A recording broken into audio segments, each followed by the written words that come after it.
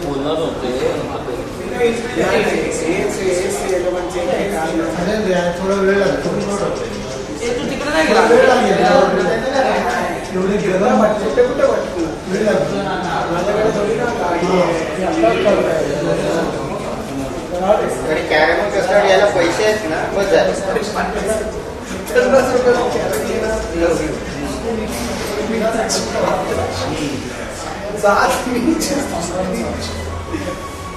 Next to आहे तुम्हाला हे करताय अरे बस ना मी तुला काय याद राख. माझं आपलं आपल्याला काम केलंच नाही स्कूलला जायचं कुठे जायचंय हा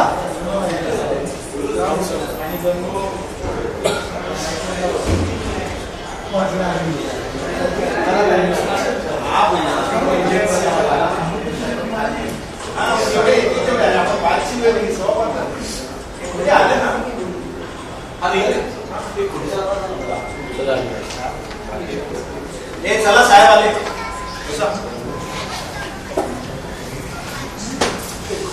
आहेत ना सगळे तुमचे मराठी माध्यमाची सवय चालू करू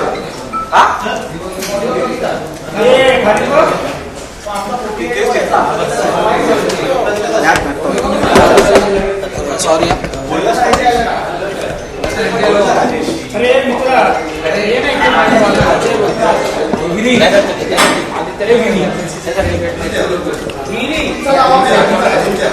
मला मी काय केलं बाबा हे घ्या वरतीच आहे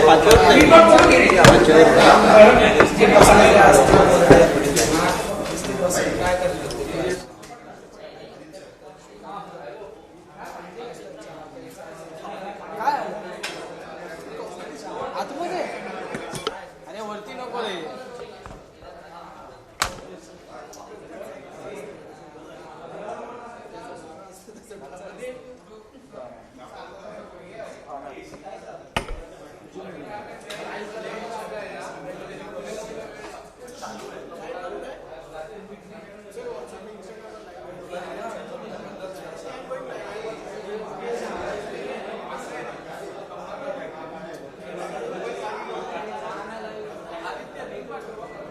सर डायरेक्ट लाईव्हला भेटू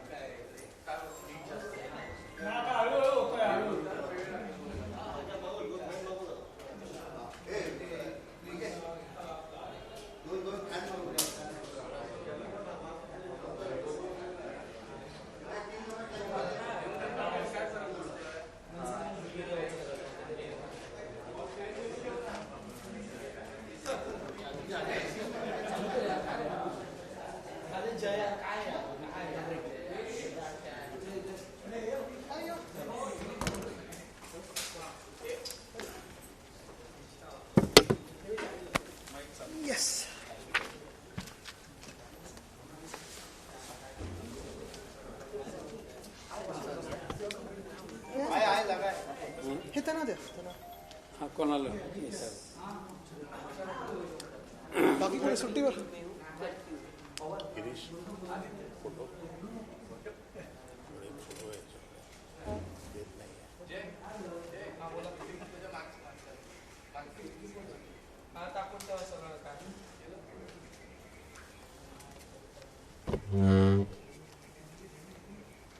करायचं सुरू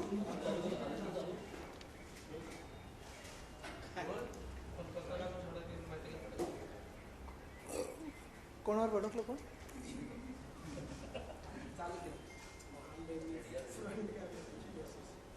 करू सुरू ठीक आहे. मी आपल्या सर्वांचं शिवसेना भवन येथे स्वागत करत आहे.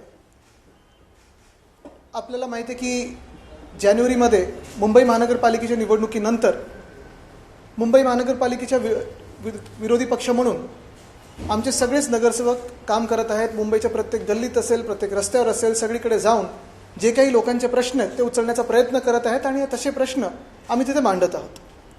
एक महत्त्वाचा विषय आपल्याकडे घेऊन आलेलो आहे. मुंबईत जी एक महत्त्वाची समिती आहे मुंबई महानगरपालिकेमध्ये ती म्हणजे सुधार समिती. त्या सुधार समितीचं नाव खरं तर ह्या आता शासनाने प्रशासनाने बदलण्याचं ठरवलेलं आहे आणि बिघाड समिती करण्याचा आता खऱ्या अर्थाने प्रयत्न होत आहे. अनेक वर्ष म्हणजे खरं पाहायला गेलं तर 25 वर्ष मुंबई महानगरपालिकेत असताना आमचा फोकस ह्याच्यावरच होता की मुंबईतलं प्रत्येक रिक्रिएशन ग्राउंड असेल, प्लेग्राऊंड असेल, मोकळी मैदानं असतील, ह्याला संरक्षण देऊन ते कसं चांगलं तसंच टिकवता येईल. मातीची मैदानं राहतील, सर्वसामान्य जनतेसाठी खेळण्यासाठी, फिरण्यासाठी, जाऊन बसण्यासाठी, थोडा मोकळा श्वास घेण्यासाठी, विकासासोबत ही मैदानं देखील कशी टिकतील ह्याच्यावर पूर्णपणे आमचा प्रयत्न होता आणि तो यशस्वी ठरला.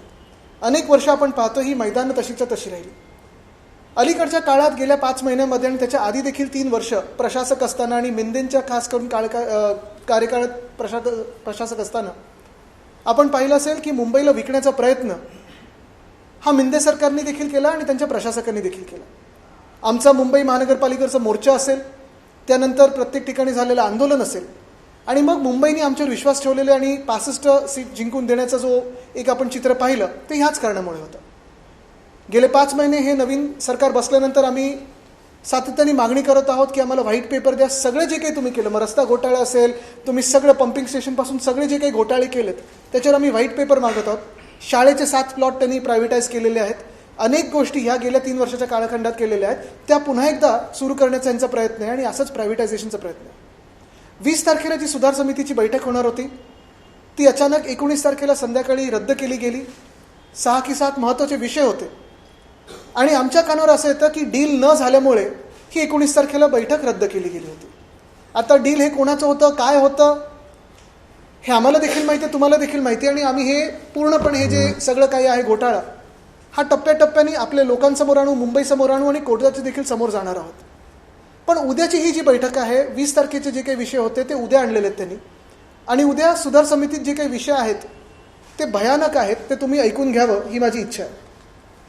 विषय क्रमांक 2, मुंबईचे जे रक्तपेढे आहेत, ब्लड बँक आहेत. मुंबई महानगरपालिकेच्या ब्लड बँक आत्तापर्यंत मुंबई महानगरपालिकाच चालवायची.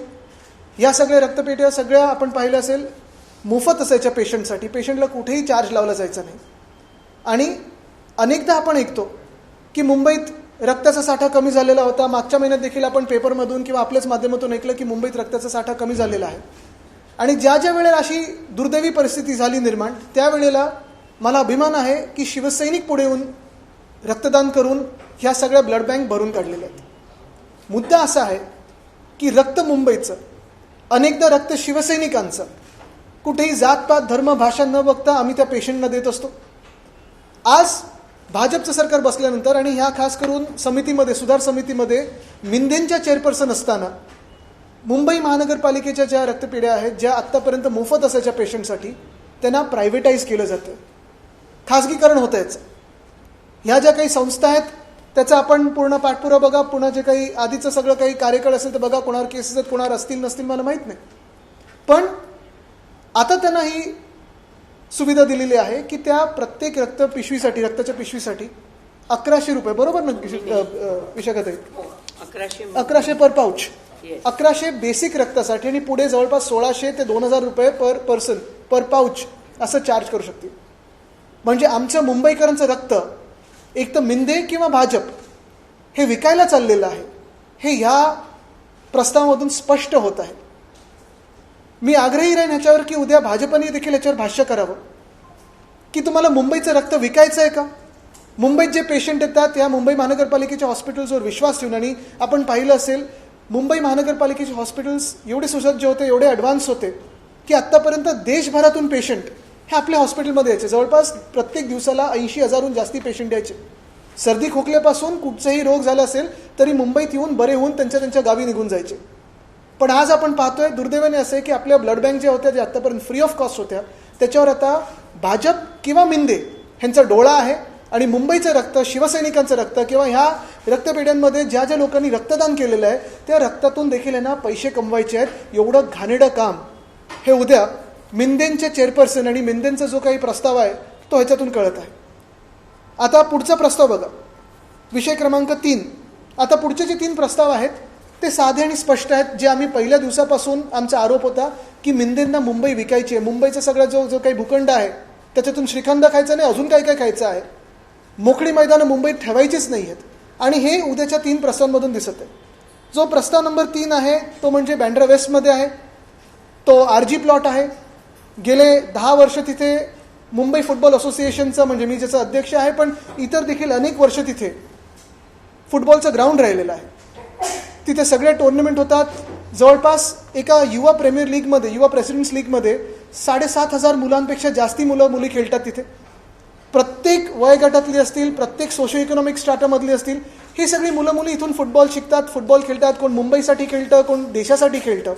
आणि मुंबईतलं हे टफ मैदान जिथे ₹1 चार्ज केला जात नाही या फुटबॉलच्या मॅचेससाठी. आपण पाहिलं असेल, दुर्दैवाने हे देखील आता उद्या एक्झिबिशन सेंटर आहे ना तिथे करायचं आहे. आणि ह्याच्यासाठी उद्या RG टू एक्झिबिशन सेंटर आणि कन्व्हेन्शन सेंटर असा उद्या प्रस्ताव आलेला आहे. मुळात काय म्हणजे तिथेच समोरच लीलावती हॉस्पिटल आहे, बाजूला अदानी काय ते बँड्रा बे वगैरे करत आहेत. तसंच तिथेच पलीकडे रंगशारदाच्या मागच्या बाजूला विंग्ज नावाचं एक मोठं मैदान म्हाडाचं कोणीतरी ढापलेलं आहे.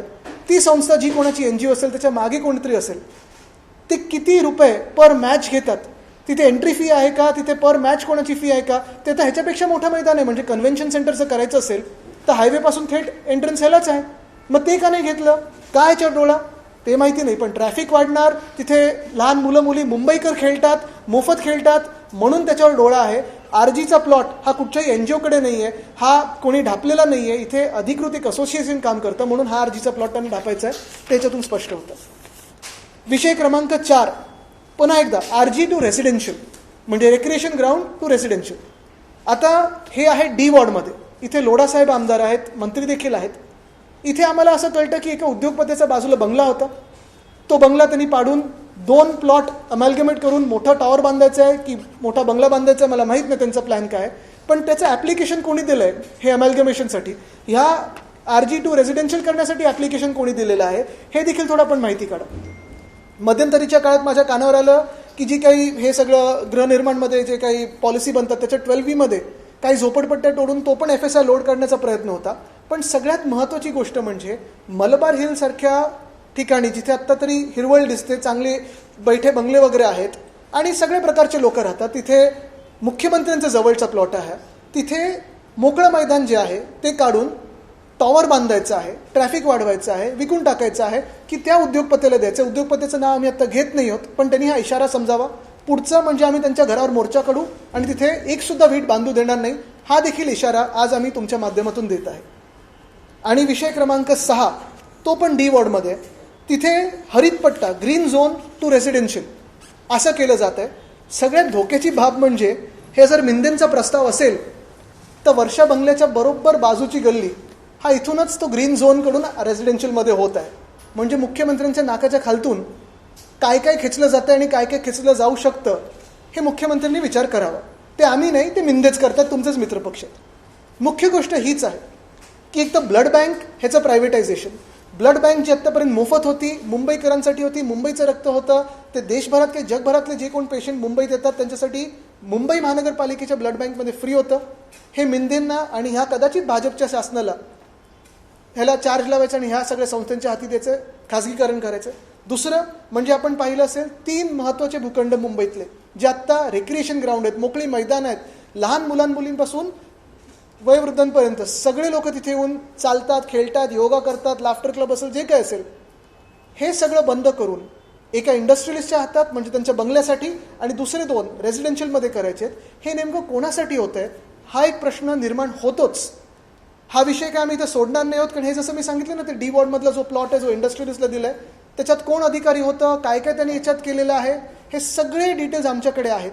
आणि हे सगळे डिटेल्स उद्या हे जर रद्द झाले नाहीत, प्रस्ताव नॉट टेकन केले नाहीत, तर आम्ही पुन्हा एकदा प्रेससमोर येऊन ते उद्योगपतीचं नाव, त्याच्यावर मोर्चा, कोण अधिकारी आहे हे कोर्टापर्यंतच नाही, त्याच्यावर पूर्ण ॲक्शन होईपर्यंत शांत बसणार नाही. मुंबईतले भूखंड हे मुंबईकरांच्याच हातात असायला पाहिजेत. आणि खास करून जी मोकळी मैदानं आहेत, RG असतील, PG असतील, म्हणजे रेक्रिएशन ग्राउंड असेल किंवा प्लेग्राऊंड असेल, कारण अनेक आता आम्ही पाहतो क्लस्टर. आता अभ्युदयनगरमध्ये पण मी ऐकलं 48 मैदानं काय आता ते बदलून तिथे पण बिल्डिंगी बनणार आहेत. तर हे सगळे जेव्हा तुम्ही क्लस्टर करता किंवा असे काही प्रस्ताव आणता तेव्हा मुंबईकरांना काय पाहिजे तेच झालं पाहिजे. तुमच्या कॉन्ट्रॅक्टर्स आणि तुमच्या बिल्डर सरकारला काय पाहिजे हे झालं नाही पाहिजे.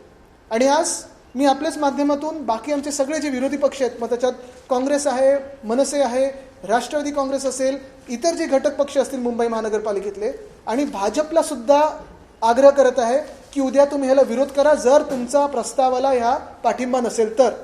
जर तुम्ही ह्यांना पाठिंबा दिलात, मिंदेंना पाठिंबा दिलात, तर आम्ही समजून जाऊ की मिंदेंबरोबर तुम्हाला पण ही मुंबई लुटायची आहे आणि ते उद्याच्या ह्या कारनाम्यातून स्पष्ट होणार.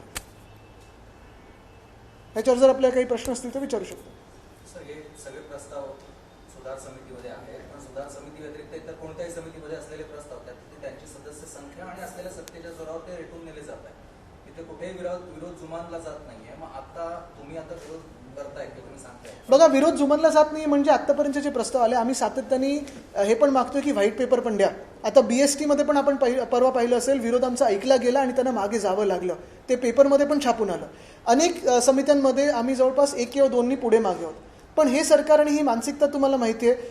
फ्रीडम ऑफ प्रेस इंडेक्समध्ये किती होत आपण प्रश्न घेत नाहीत समोरून, काही घेण्याची तयारी नसते आणि यांना विरोध हा ऐकायचाच नसतो. किती लोकांच्या भल्याच असला, उलट लोकांच्या भल्याच असला तर ऐकायचंच नाही. हीच मानसिकता कदाचित भाजपची बनत चालली आहे का, हे उद्या कळेल आम्हाला. आणि दुसरं म्हणजे आमची जी आंदोलन आहेत रस्त्यावरची, ती पण आम्ही करत आहोत. आजच कांद्याचं आंदोलन झालं. सुधार समितीची बैठक जी आहे ती रद्द झाली, का रद्द झाली तुम्ही स्पष्ट नाही केलं, पण याच्या अगोदर देखील 2 सुधार समितीच्या बैठका अचानक रद्द झाल्या. तेच मी सांगितलं ना, डील या नो डील हा कार्यक्रम चालू आहे. सदस्य का आवाज उठवत नाही, का अचानक उठवत आहेत, आम्ही सगळे तिथे ऑब्जेक्शन घेतो. रद्द का अचानक केल्या जातात बैठका? हे तुम्ही आता जे डील या नो डील करतात त्यांना विचारा ना. स्टँडिंग कमिटीमध्ये हवा तसा विरोध दिसत नाही. बघा, आम्ही विरोध जो आहे ना, तो नुसतं विरोध करायला काही तलवारी घेऊन फिरणार नाही होत. विषय जर आम्हाला योग्य वाटला तर आम्ही मुंबईसाठी पाठिंबा देऊ.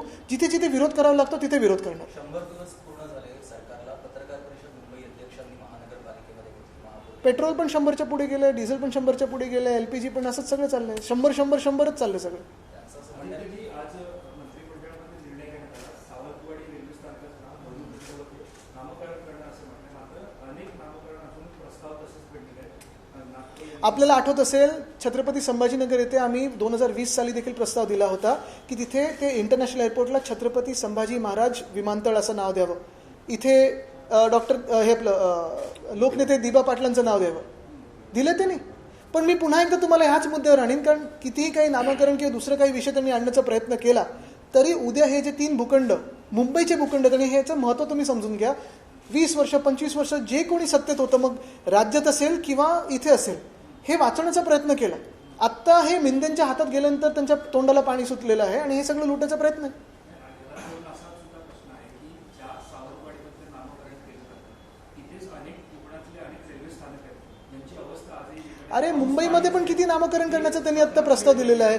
मी तुम्हाला परत एकदा ह्या विषयावर आणीन, कारण परिस्थिती बघा तुम्ही. नावं नंतर बदला, पहिली परिस्थिती बघा. तुम्ही शिंदेंना वारंवार टार्गेट करताय, परंतु सर्वाधिक बहुमत हे भाजपचं आहे. ज्या सुधार समितीचं मी बोलत आहे तिथे चेअरपर्सन मिंदेंचे आहेत. आणि जर भाजपला दाखवायचं असेल की हे त्यांना मान्य नसेल तर उद्या त्यांनी हा प्रस्ताव मागे घ्यावा की विरोध करावा. नुकतीच मंत्रिमंडळाची बैठक पार पडली. त्याच्यानंतर उपमुख्यमंत्री एकनाथ शिंदे माध्यमांशी बोलण्यासाठी आले.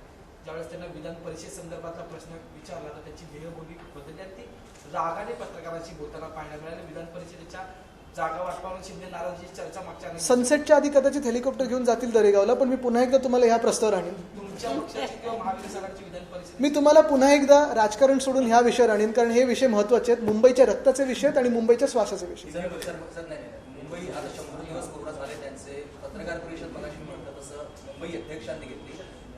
किरीट सोमय्या महापौरांच्या शेजारी बसून अधिकाऱ्यांना कपडे घालतात का? वेगवेगळ्या गोष्टी सत्ताधारी महापौरांच्या ऐवजी इतर नेत्यांच्या मार्फत ही सत्ता मुंबईची चालवत आहे. प्रशासन तुम्हाला दिसतंय सूटबूटचं सरकार किंवा कॉन्ट्रॅक्टर बिल्डरचं सरकार एवढंच चाललंय. जनसामान्यांचं सरकार किंवा मुंबईकरांचं सरकार वाटत नाहीये. टक्केवारीची चर्चेमध्ये मी पुन्हा एकदा तुम्हाला ह्याच्यावर आणीन, डील या नो डील. पण ही मैदानं जेव्हा जेव्हा जातात तर या आधी शिवसेनेने थेट जाऊन त्या ठिकाणी जाऊन आंदोलन केलेले. तुमची ते तर करणार आहोत आम्ही, पण मी सांगितलं ना, आत्ताच तुम्हाला सांगितलं मी, जिथे कुठे जे आहे डी वॉर्डमध्ये वगैरे सगळीकडे आंदोलन करणार. पण उद्या जर प्रस्ताव असेल तर भाजपनी पहिलं दाखवा ना आम्हाला की मैदानाबद्दल त्यांना पण थोडी काळजी आहे. नुकतीच एक शाळेचं उद्घाटन जे शाळेच्या भूमिपूजनाचा कार्यक्रम घाटकोपरमध्ये पार पडला. शाळा पण प्रायव्हेटाईज करतात. शाळा प्रायव्हेटाईज करतात. चंद्रशेखर बावनकुळे त्या ठिकाणी मुळात- तुमचे आमदार सुद्धा मुळात तुम्हाला हेच सांगतो मी सगळीकडे सगळं काही विकून टाकायचं हाच प्रयत्न भाजपचा आहे का, हे उद्या मला कळेल. पण त्या कार्यक्रमाला जमू मी तुम्हाला आता परत हेच सांगतोय कोणी तुम्ही काही प्रश्न विचारला तरी उद्याच्यावर मी बोलत आहे. तुम्ही काल बोललेत ना ते पीछे का छोडो अभी 2047 का देखो. दीप्तीजी, तुम्ही महापालिकेतले अनेक मुद्दे आता मांडले, ब्लड बँक त्या संदर्भातला मुद्दा मांडला. मात्र पुन्हा एकदा सुशोभीकरणाचा मुद्दा तितकाच जोर धरतो. सिद्धिविनायकाचे फोटो सुद्धा समोर आले. नव्याने त्याचं बांधकाम असेल अशा प्रकारे फोटो आहेत.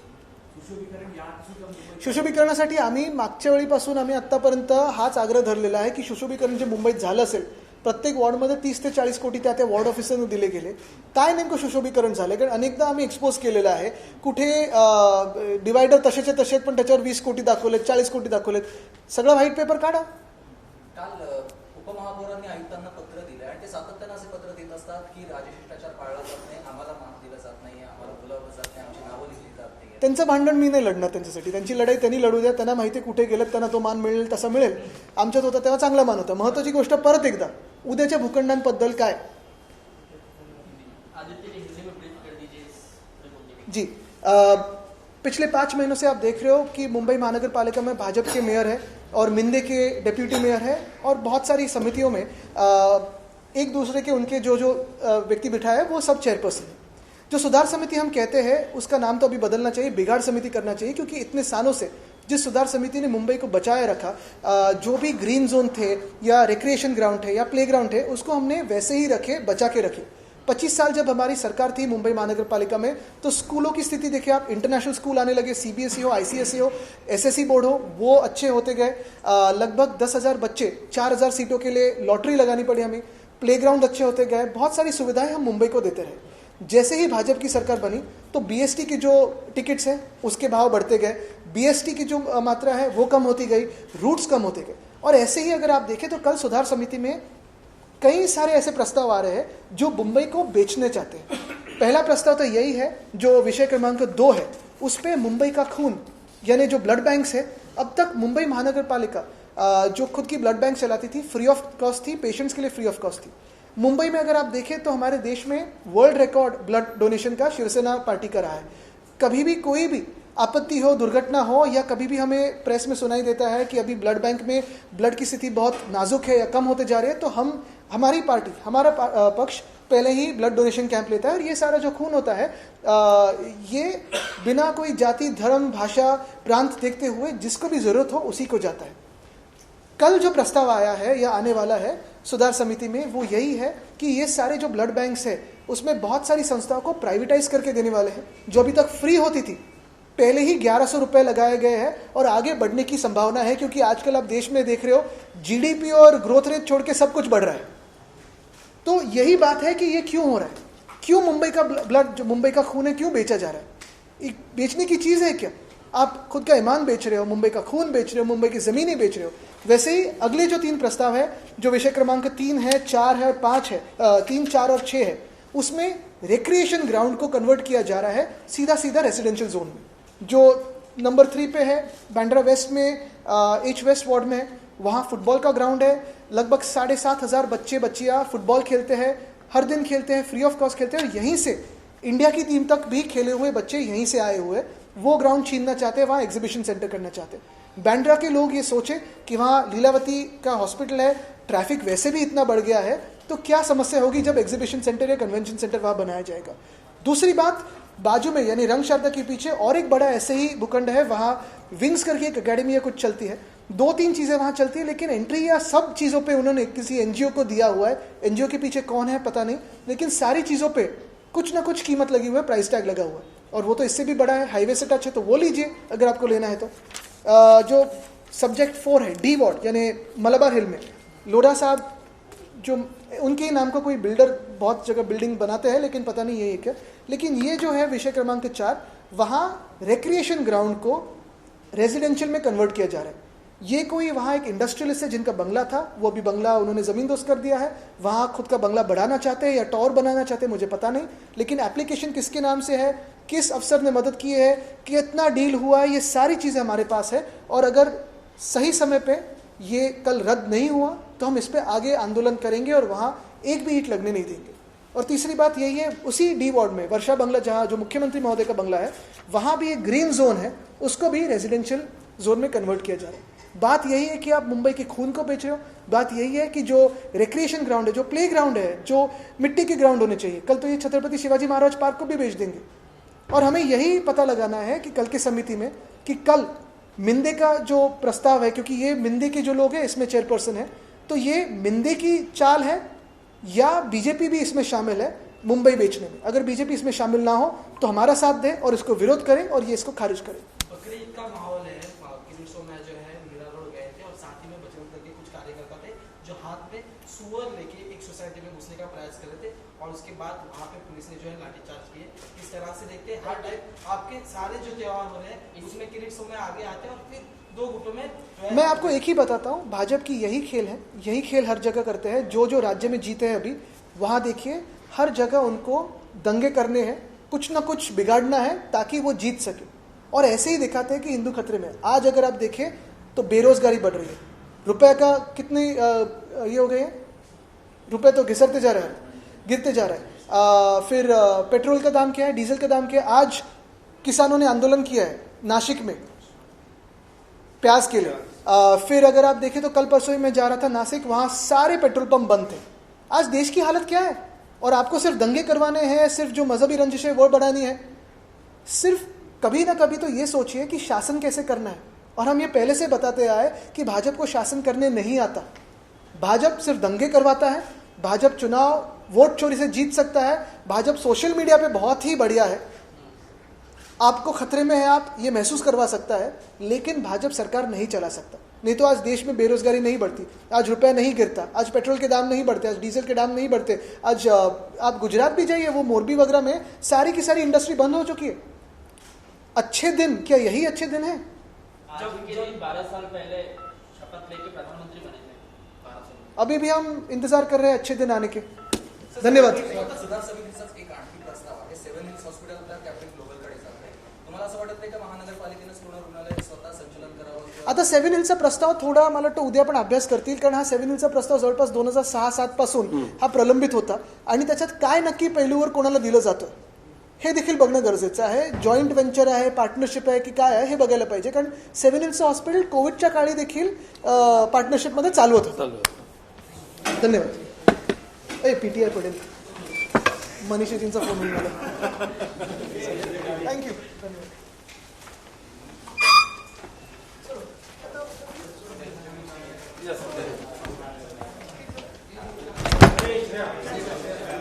खाली बघ ना, एवढं वजन पाय पण उचलता येत नाही.